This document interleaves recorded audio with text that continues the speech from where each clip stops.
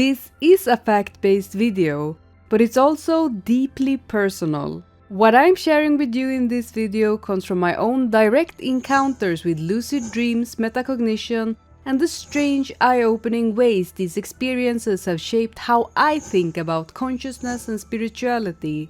From the start, I want to be completely open and honest and transparent. My goal is not to mock, challenge, or belittle anyone's religion, faith, or beliefs. I am not here to tell you that faith has no place or that it offers no truth or value.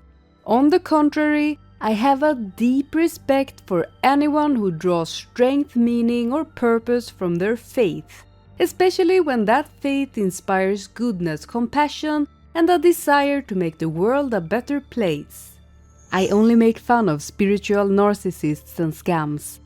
Anyway, what I'm offering here is simply an honest account of where my experiences have led me. That's it, nothing more. This video exists to share something about myself, to give you a better sense of who I am and how I see the world. If that doesn't interest you, I encourage you to skip this one, no hard feelings. And if you think you might interpret what I'm saying as an attack on your faith, I sincerely suggest you don't watch. This conversation only works if we approach it with mutual respect. If you choose to stay, I'm glad you're here. Let's dive in.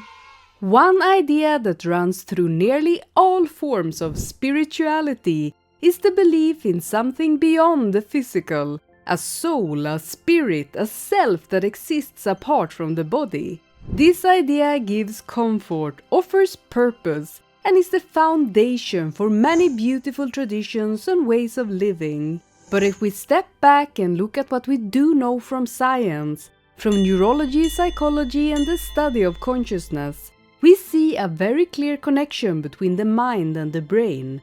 Damage to the brain, and the person we knew can change or disappear. Lucid dreaming brings this problem, the mind-body problem, into stark focus.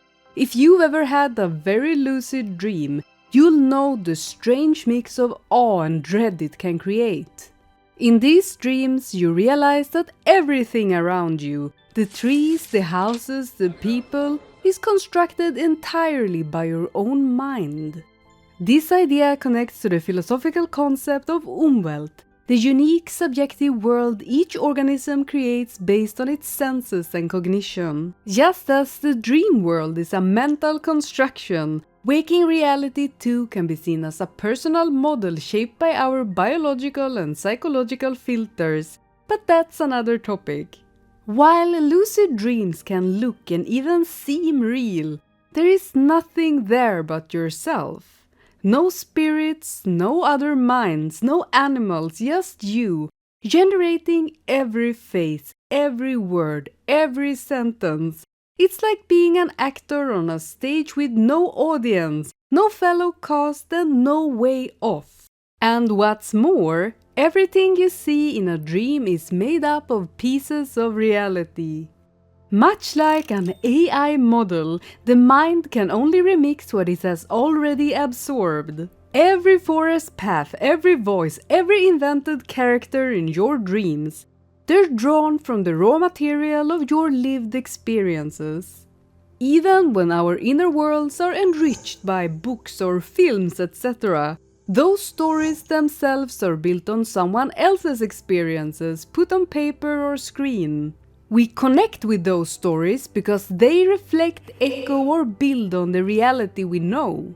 It all points back to the physical world.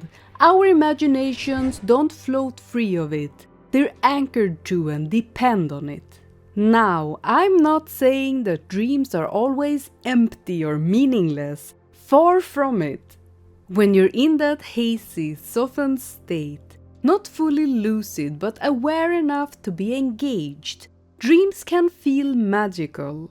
You can lose yourself in their narratives, emotionally invested in the stories your mind creates, and that can be valuable.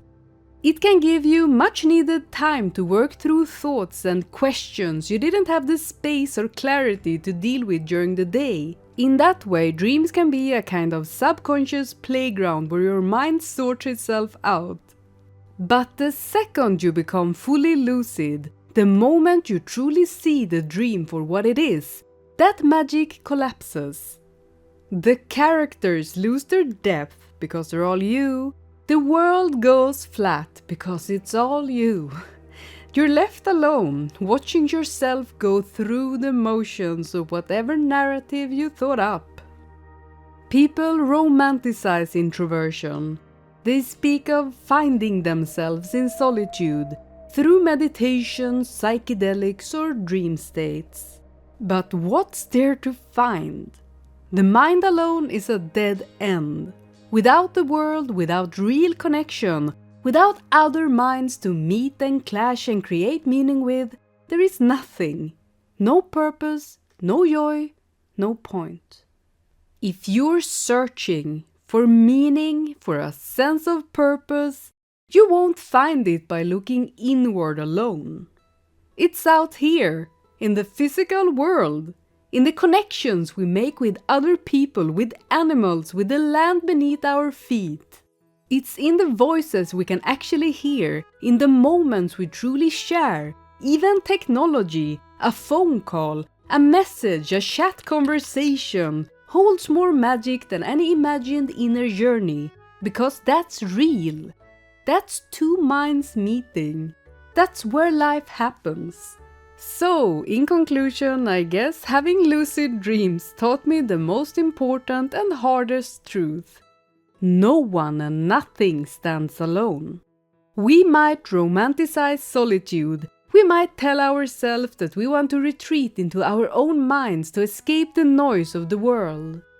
But the deeper I went, the clearer it became. What we truly long for, well, it doesn't seem to be isolation. It very much seems to be connection.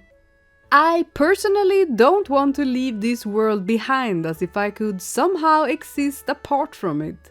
I have a creeping suspicion that we belong to it, as much as the hairs on our heads belong to us, as much as every breath ties us to the air around us. I truly feel that without connection to each other, to the earth, to the reality we share, nothing holds meaning.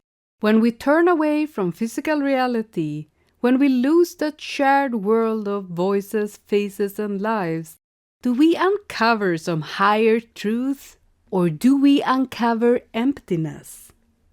An emptiness that no hope, no joy, and no dream can survive. Thank you for listening. If you enjoyed learning a little bit more about me, remember to give me a like, a comment, and maybe even subscribe. See ya!